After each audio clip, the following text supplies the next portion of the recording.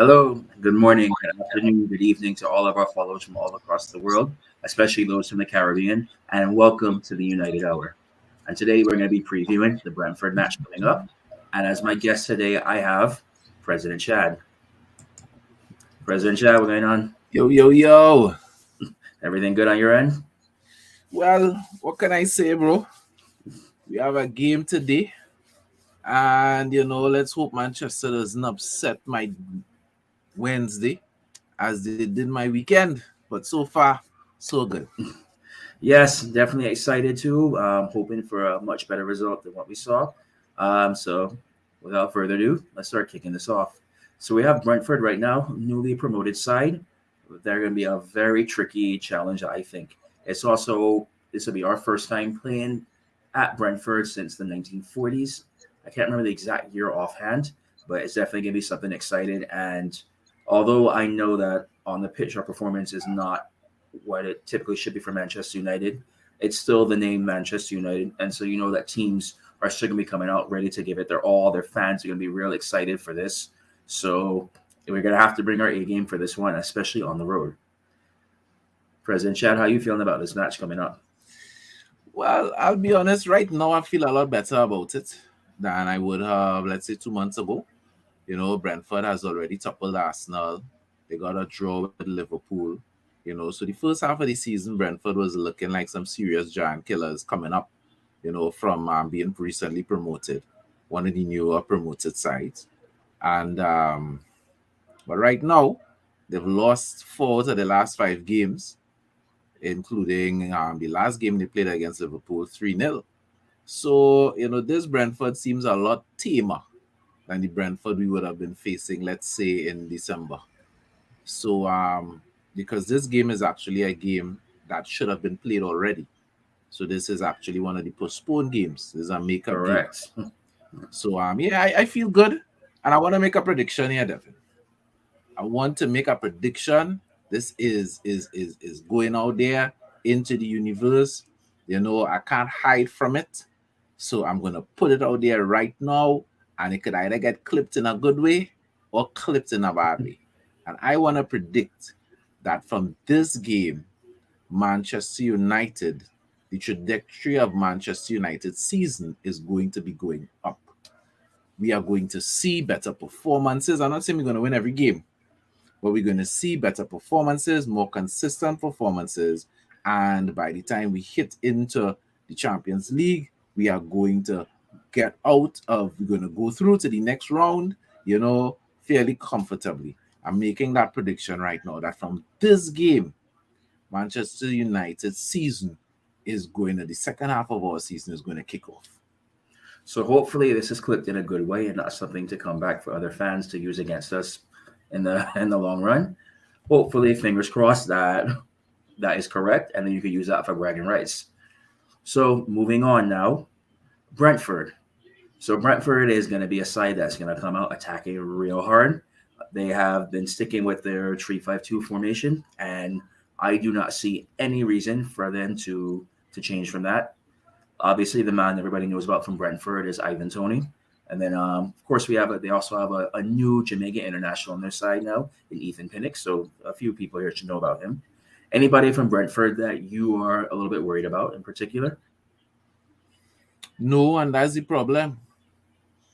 Ivan Toney broke the scoring records in the championship, and everybody thought he would have been the main threat for Brentford, but he seems to be more of a holder ball playmaker, try to get an assist, try to create for the other players around him than being the point man that most of us thought he was going to be. So, anybody in Brentford could score. Well, anybody except the goalkeeper. Anybody, literally anybody on Brentford could score.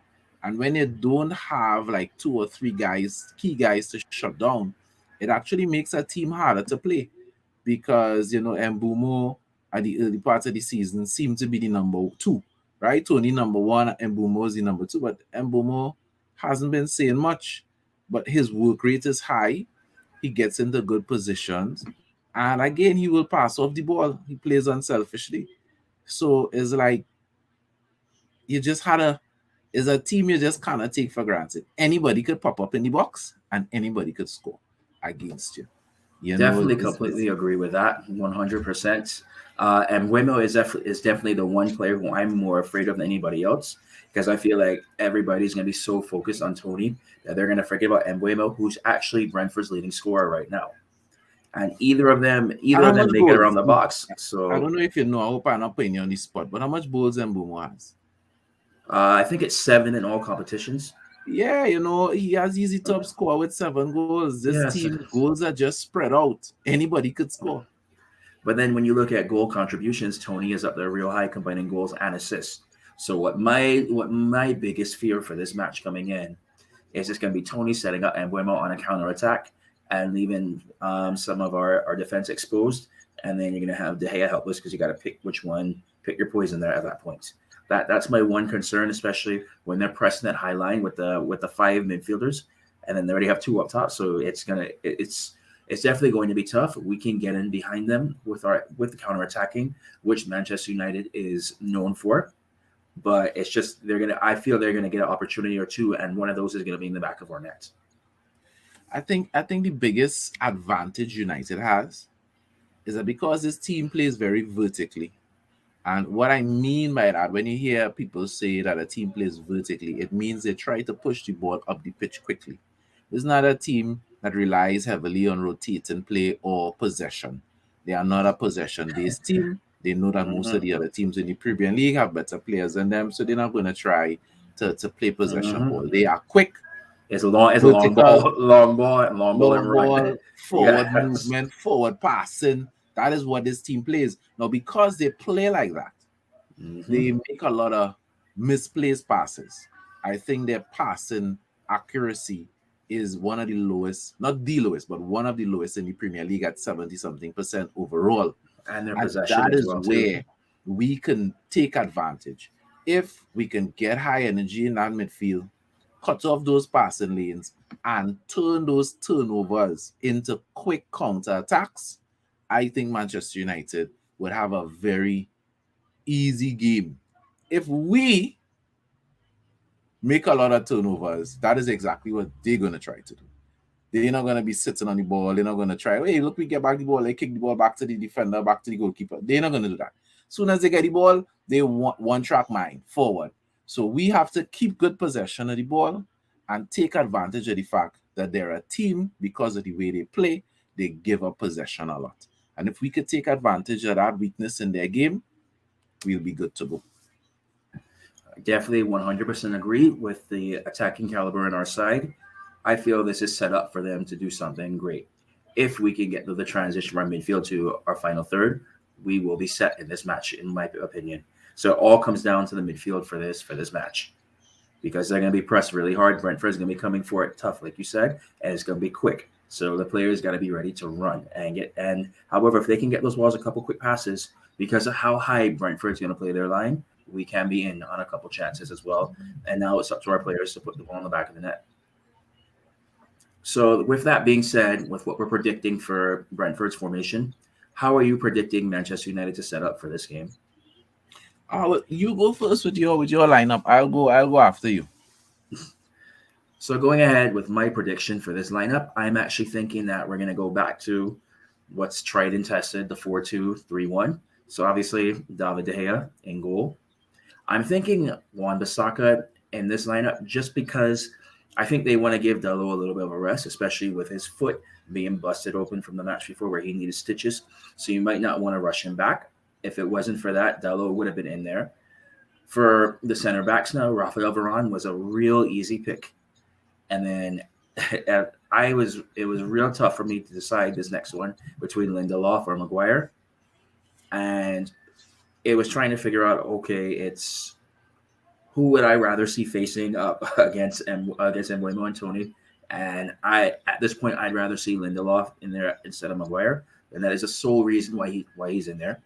Obviously, for left back, we're going to put Alex Telles out there because he's been playing pretty well, and we need people getting up the pitch also to expose those high lines that Brentford are playing, and who can put good balls into the box. Now, for of course our two holding midfielders, with McFred, it's well, it's pretty much what their go-to is by default. So then for our next three, we're going with Sancho, Bruno, and Greenwood. I think that's going to be a very good lineup, and I feel like this could be a game where Sancho could be real dangerous as well, especially in that open space. And then of course up top you have Ronaldo, and then I'm thinking when you've got Sancho and Bruno up there up top, and you could just be looking for Greenwood and Ronaldo in the box right here, and with as good as finishers as those are, as long as they can play unselfishly, I feel we're in for a very good chance to score at least twice in this match. Mm-hmm. And however, another one that kind of crossed my mind, I was still kind of debating about it, is I keep on hearing talk about potential of 4-3-3, which I know we don't have the graphic for that one, but if we did see it, I'll just say what I would say. So it would be De Gea, the back four would stay the same. However, I would be playing McTominay, Bruno, and Donny, and then the attacking three of Sancho, Ronaldo, and Greenwood. It's another option as well too. Since Ralph apparently has liked to switch formations in the match, that could be something as well. All right, cool, cool. Well, for my formation, I had a challenge, and my challenge was the game we played on the weekend. Rafael Varane. It was to me one of his worst games, if not his worst game in a United shirt. He looked pretty average, and because this team is very direct, because they do a lot of balls over the top, I think this is a good game to bring back Harry Maguire. And I had to ask myself the question: if I'm bringing back Harry Maguire, who do I want next to him? A shaky Rafael Varane or one of our more consistent players in Victor Lindelof? Now, Victor Lindelof has looked a little suspect at some points, but his last game he was better than Varane. So I am purely picking Maguire and Lindelof based on last game performances. Maguire because I know they're going to have a lot of balls in the box. That is how they play. Brentford is a team that plays, a lot of high balls. I think they are the second team for the most amount of balls played above shoulder level. The first one being Brentford. So we know they're going to be a lot of balls, high balls into the box. So we definitely need Harry Maguire on the pitch for this game. And so I go with Lindelof. Alex Telles, Diego Dalot, because I think what they bring going forward is important. And, Dalot has improved defensively, so I'm not too concerned about that. In the midfield, to me, Bruno Fernandes plays better as a deep-lying midfielder. And we all know Bruno's work rate, right? So I am thinking Bruno and Scott in the pivot to do something different, because we spoke about them losing the ball. Okay, so they lose the ball. Who's going to transition us from defense into attack? Scott and Fred. The last game we saw Fred being the main one at fault for mispassing the ball, missing those transition opportunities. You win the ball in midfield, or you get past the ball from one of your players in midfield, and you lose the ball, giving them the impetus instead of us pushing forward on the front foot. So I would drop Fred, bring back in McTominay, bring back in Bruno. So even if McTominay gets the ball, he has a very easy 5-yard pass to Bruno Fernandes, who could spray it around the top of the pitch. So on the front line, Ilanga has played well in the last two games that we have seen him. I think he deserves the right to keep his spot. Greenwood has also looked good. I think he deserves the right to keep his spot. We put Ronaldo on the top. And the big surprise in my team is Donny van der Beek. Because I would drop Bruno down into the pivot. I would put Donny van der Beek into the 10. Again, he's going to help in moving and transitioning that ball. Now, there's also the option of switching them around, putting Donny deeper and putting Bruno up top. But I think for me personally, I prefer Bruno playing in that Paul Pogba quarterback distribution kind of role because Bruno likes those passes. And because they're a team that press and they play vertically, we have the pace in Ilanga and Greenwood to run behind them. So you need the person to play that ball. And the person who is better at playing that ball is Bruno Fernandes than Donny van der Beek. But Donny, I think, would do well in the 10. So this is it's for some people, they might consider it kind of adventurous, but this is what I would go with. play Donny in the position that I think is best for him, a more attacking role. And Bruno Fernandes is more than capable of playing in that pivot, because both for Portugal and for the club that he used to play for in Portugal before, when I say Portugal, I mean his Portuguese national team, and for the club he used to play for in Portugal, he plays that deep lying playmaker role. So yeah, that's what I would go with. But my prediction for the game, as I said, this is the game that is going to start the ascendancy. So I'm not expecting a blowout. I'm not expecting a 3-0, but I am expecting us to be dominant. I'm expecting us to control the game more, and not just for half, not just for 45 minutes, not just for 60 minutes. I'm expecting us to control most of the game. So I'm looking at 2-0, for the most 2-1. But I would say 2-0. Right now, that's my prediction. 2-0. So I was actually thinking it's going to be a very hard-fought game. This game will not be easy by any means at all. I don't think it's going to be a great game to watch. I actually think Brentford are going to have their moments quite a bit, and it's going to take us quite a bit to adjust to that such high line of them coming with all that pace. But I do see us eventually coming through and scoring in this game. So I'm actually predicting us winning 2-1. And I have a feeling that Mbuemo is gonna get a chance, probably assisted by Tony.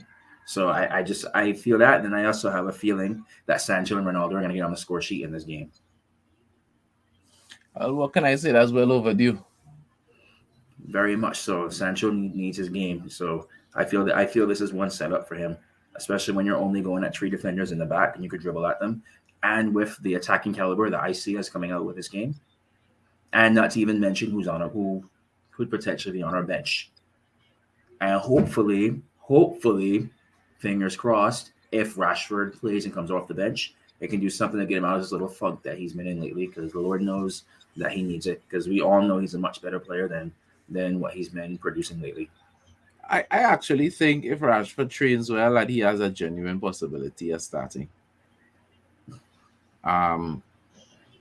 I believe Elanga deserves the start, but I think Ralph, once Rashford is performed well in training, I think he'll throw Rashford in, and he would not be afraid to bring Elanga on as an early second half sub for energy, because whether Elanga starts or whether Elanga comes off the bench, we know Elanga is going to bring that energy.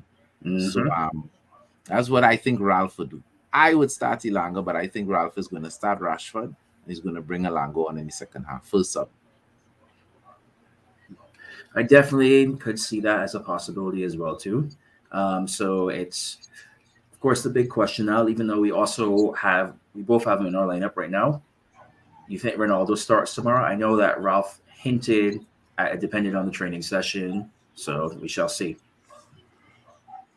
The man has been training every training session since our last game. Mm-hmm. So more likely than not, he'll play. So hopefully he got in a good training session yesterday after the press conference, and hopefully we see him in that starting lineup, because Lord knows I need him to play, because he's my captain for this week in fantasy. You're one of those that got caught. Yes. You're one of the many that got caught. I always felt that Ronaldo was going to miss one of the 2 games. I get caught too, Kane is my captain in fantasy, and because Tottenham get one of the game postponed, he's only playing 1 game. If I knew he was only playing 1 game, I would have never bought him, and 2, I would have never captained him. I only captained him because he was playing 2 games. But fortunately for me, Bruno Fernandes is also on my team, so at least I'm getting his points. Correct. Well, President Chad, it's been a great preview. Thank you so much. And hopefully later on today we can be celebrating 3 points. With very much needed 3 points as well. Yes, of course. And of course, we got to keep that red flag flying high, because Manchester United will never die. Now let's go get these 3 points. Never die. Good day, everybody. Take care. Hey, if you appreciate what we're doing here at the United Hour, please like, please subscribe, and let's grow this community.